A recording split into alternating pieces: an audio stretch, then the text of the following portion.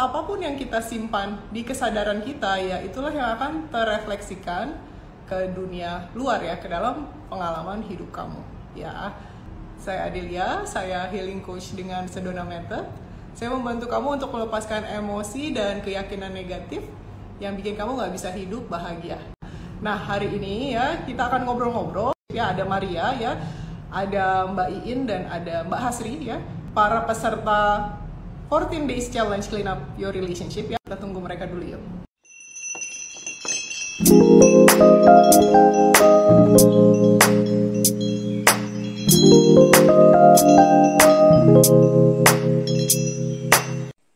Iya sih Mbak, itu adiksi ya. Kita tadi yang ceritanya Mbak Lia juga tentang trauma-trauma itu, ya aku juga tipikal orang yang seneng ngoleksi trauma gitu ya. Dan pada saat itu dikeluarin, dipamerin gitu. Dan gue korban. Bener. Ya ada yang cerita gitu, ada yang cerita dulu gue gini, tunggu ya. Ini koleksi trauma gue oke nih. Adu nasib ya. Kalau kata Junita, adu nasib. Siapa yang trofinya paling gede? Hobi banget gitu ya, ngoleksi trauma-trauma dulu gitu, dan kemudian disimpan, dan pada saat-saat tertentu kita keluarin. Kayak ini kayak udah rak buku gitu ya. Kapan ya dikeluarin ya?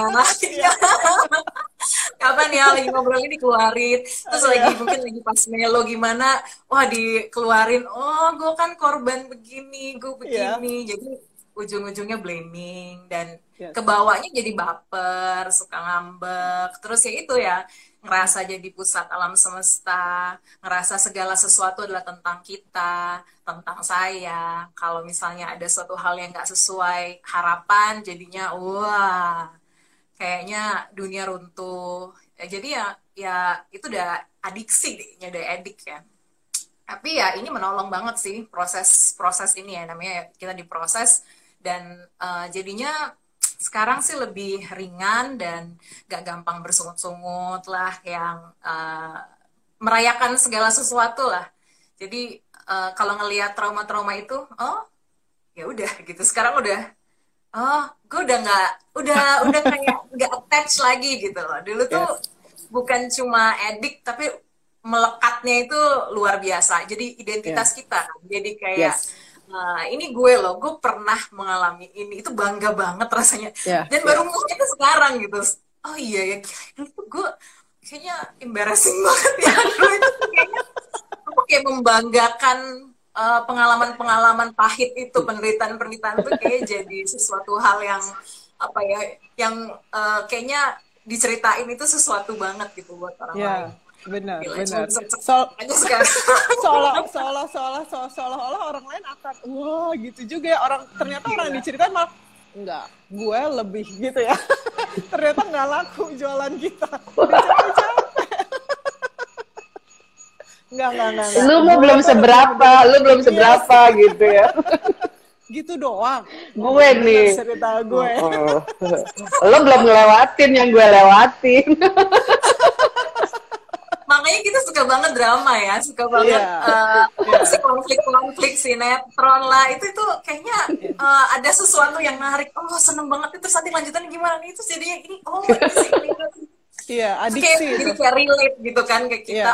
Oke. Jadi itu bisa narik orang tuh kalau kayak gitu, karena orang memang kita tuh cenderung seperti itu ya, cenderung menikmati penderitaan. Kalau kata Pak Soleh, bangga sebagai korban.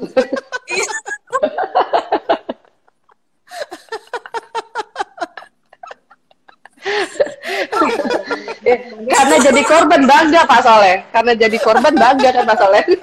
Iya, itu sebenarnya aneh ya. Kalau seandainya kita jadi korban kok bangga ya. Padahal kan sebenarnya yang menderita ya kita juga. Orang juga paling cuman kasihan sih loh. Ya udah gitu, dia moving on sama dirinya. Terus kita mesti cari pemirsa lain gitu kan, yang akan memberi kita pemerhatian gitu kan. Jualan kemana lagi nih sama gue gitu.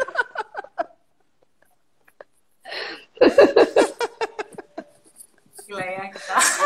Iya, makanya lucu ya kalau seandainya kita ingat-ingat masa lalu, dalam tanda kutip ya, masa lalu tuh kayaknya kita udah bisa ketawa, ya berarti kita udah ya udah gitu, udah ya udah memang mungkin nggak pernah terjadi gitu kan. Jangan-jangan itu cuma di pikiran kita sendiri aja, nggak pernah terjadi gitu ya.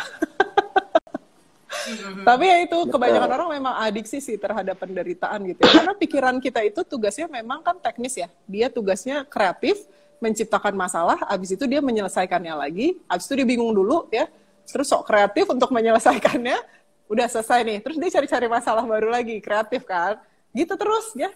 Gitu, makanya dia adiksi terhadap penderitaan, karena kalau enggak dia merasa nggak berguna gitu. Makanya ketika kita releasing, kita dalam tanda kutip kita ngetrain lagi pikiran untuk kembali pada fungsinya dia. Jadi dia diem ya. Kebanyakan kalau misalnya kita sudah rilis kan pikiran kita diem banget ya, nggak kepake deh pokoknya, kecuali kita perlu gitu ya. Gitu. Jadi kebanyakan orang kan hidupnya nggak gitu ya. Aku dulu sampai 4 hari tuh bisa nggak tidur tuh, overanalyze something gitu ya. Pakai bikin diagramnya lagi gitu.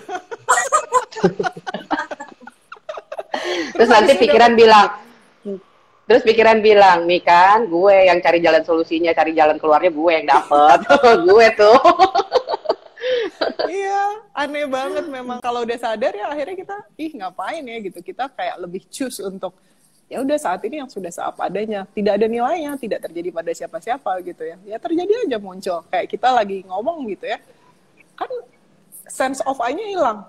Ya, aku nggak ngerasa aku yang lagi ngomong, ada sebelah sana yang lagi ngomong, enggak gitu. Kita terjadi dengan mengalir aja gitu, conversation itu kan hidup ya, gitu. Tidak ada I-nya gitu. The absence of I lah yang kita cari selama ini sebenarnya, ya. Ketika kita baca buku bagus, nonton film, kita good conversation seperti sekarang, seru-seruan gitu ya.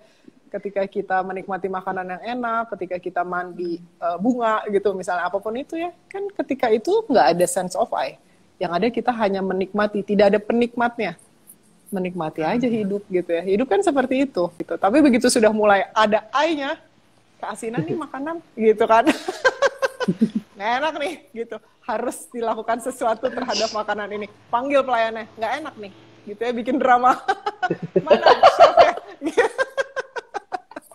Nyalain orang dulu gitu. Ya, itu yang kita lakukan dengan hidup. Betul. Iya kayak kita lagi. Iya benar. Iya, enak banget tuh. Makanya kalau di Sedona Method itu kita punya teknik yang untuk nyalain aja udah. Abis itu kita lepas. Sepuas-puasnya. Sepuas-puasnya. Karena kan toh itu yang ingin kita lakukan kan dalam hidup ya. Silakan bahas Ri. Tapi bener banget loh. Kalau dulu kan pokoknya apa yang dibilang sama coach tuh bagian pokoknya bener deh gitu. Kita ketemu teller aja dulu bisa marah gitu kan. Dan yang beberapa seminggu yang lalu kayaknya, jadi saya ke laundry, nah si petugas laundry ini kayak teller gitu kan, wah kayak kadang nggak sopan sih orang ini, kayak udah kayak mau pingsan gitu, kayak teller kayak pokoknya kayak ngejawabnya tuh sekenanya dia gitu. Kalau dulu belum clean up mungkin berantem ya jadinya sama orang laundry itu. Terus sekarang mungkin belum, dia tuh kenapa gitu, saya belum makan bu, dia bilang gitu. Oh belum makan, jadi kita nggak jadi marah, jadi kita melihat, oh kamu kenapa, oh saya belum makan bu, saya ini. Waktu saya cek nadinya ternyata lemah, terus jangan dia maksudnya kekurangan zat gula, hipoglikemi, belum makan, jadinya oh ya deh nggak apa-apa, jadi tak beliin roti, akhirnya nggak jadi pingsan deh gitu. Kalau dulu kan kita ngelihat gitu langsung marah, langsung kayak oh, orang ini nggak sopan banget sama kita gitu. Terus sekarang malah daripada kita berantem malah kita bisa nolong dia gitu. Jadi bersyukur banget deh pokoknya ngerti clean up prosedur ini. Jadi keren ya. Malah bisa bantu orang, bukan kita berantemin orang gitu coach.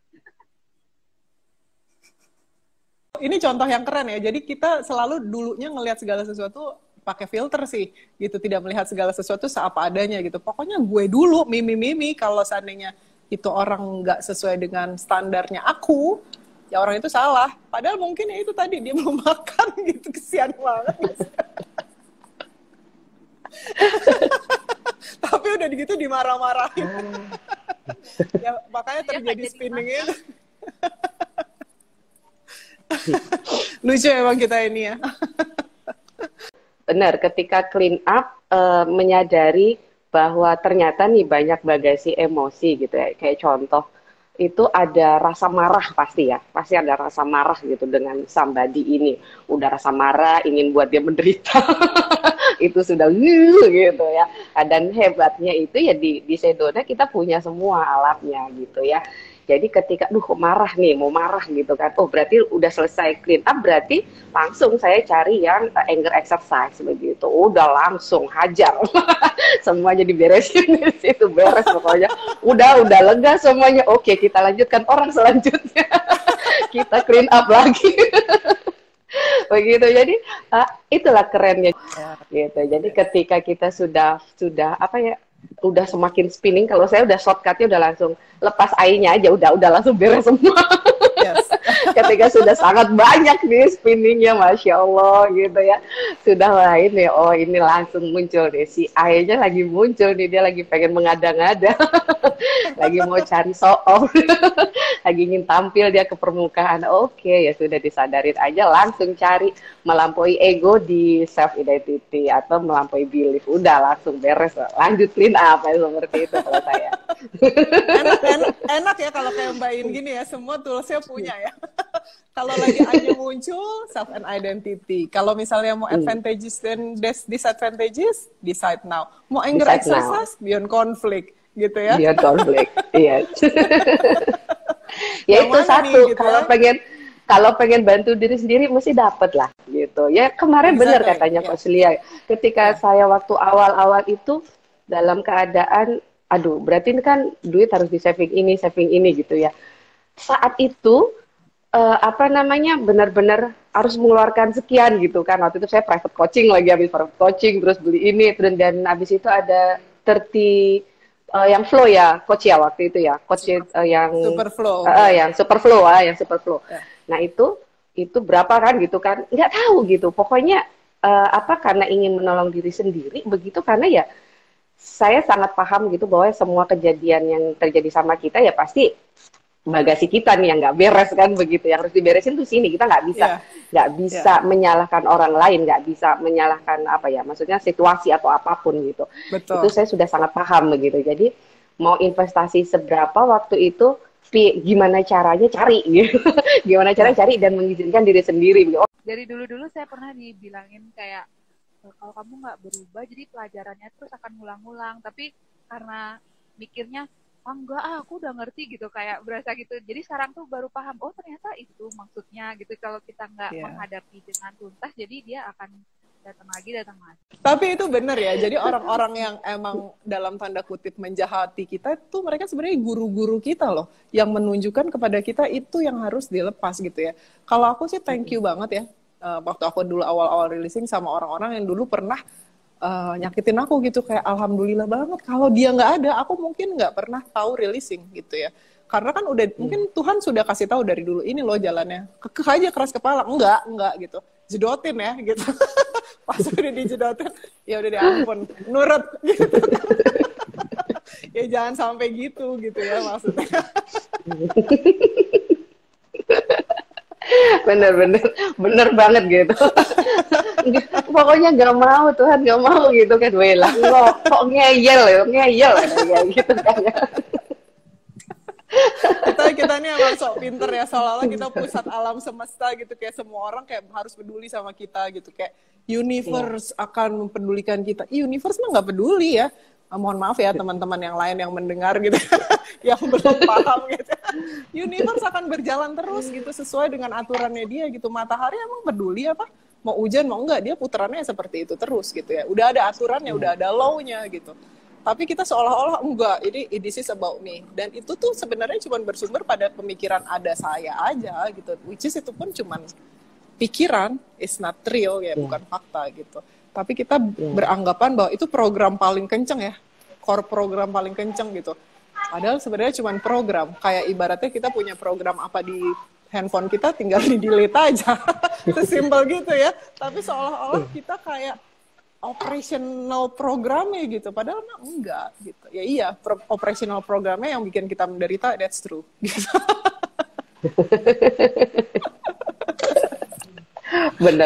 bukan true kebenaran ya, tapi itu adalah sesuatu yang mungkin perlu kita sadari. Jangan-jangan semua penderitaan saya yang bikin sendiri. Bagaimana kalau begitu gitu ya? Mungkin kalau seandainya kita bertanya itu pada diri kita sendiri, kita jadi sadar gitu ya. Betul. Iya benar, setuju banget.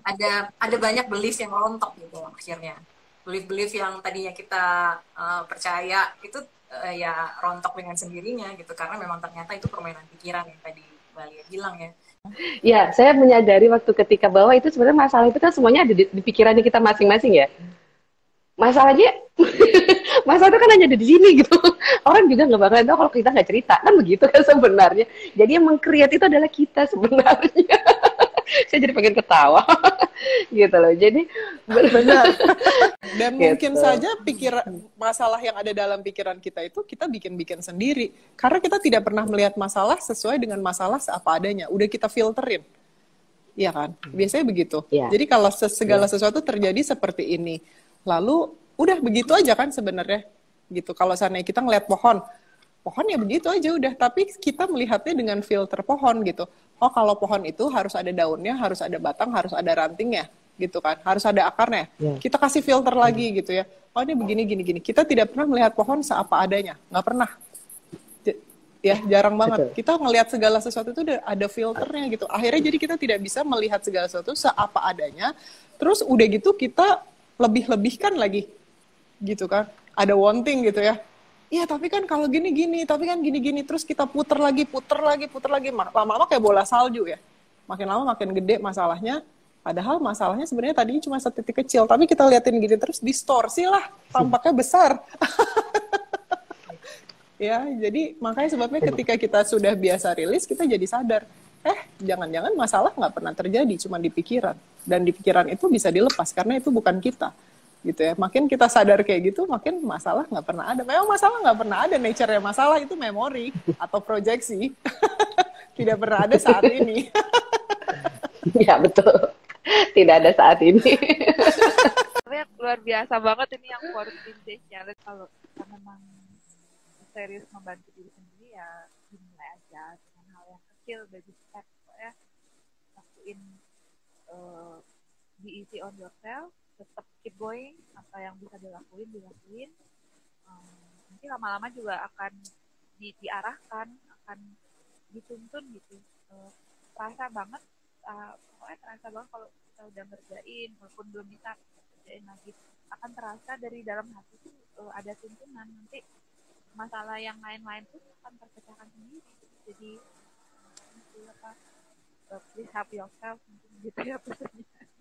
Buat teman-teman yang belum ikutan, alami sendiri aja ya.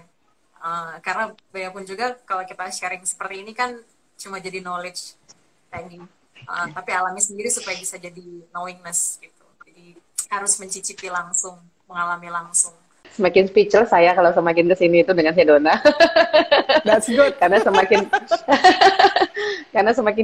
nggak bisa dideskripsikan gitu. Jadi ya benar-benar sudah rasakan sendiri. Kalau bahasanya Coach Lia, jangan percaya kata saya.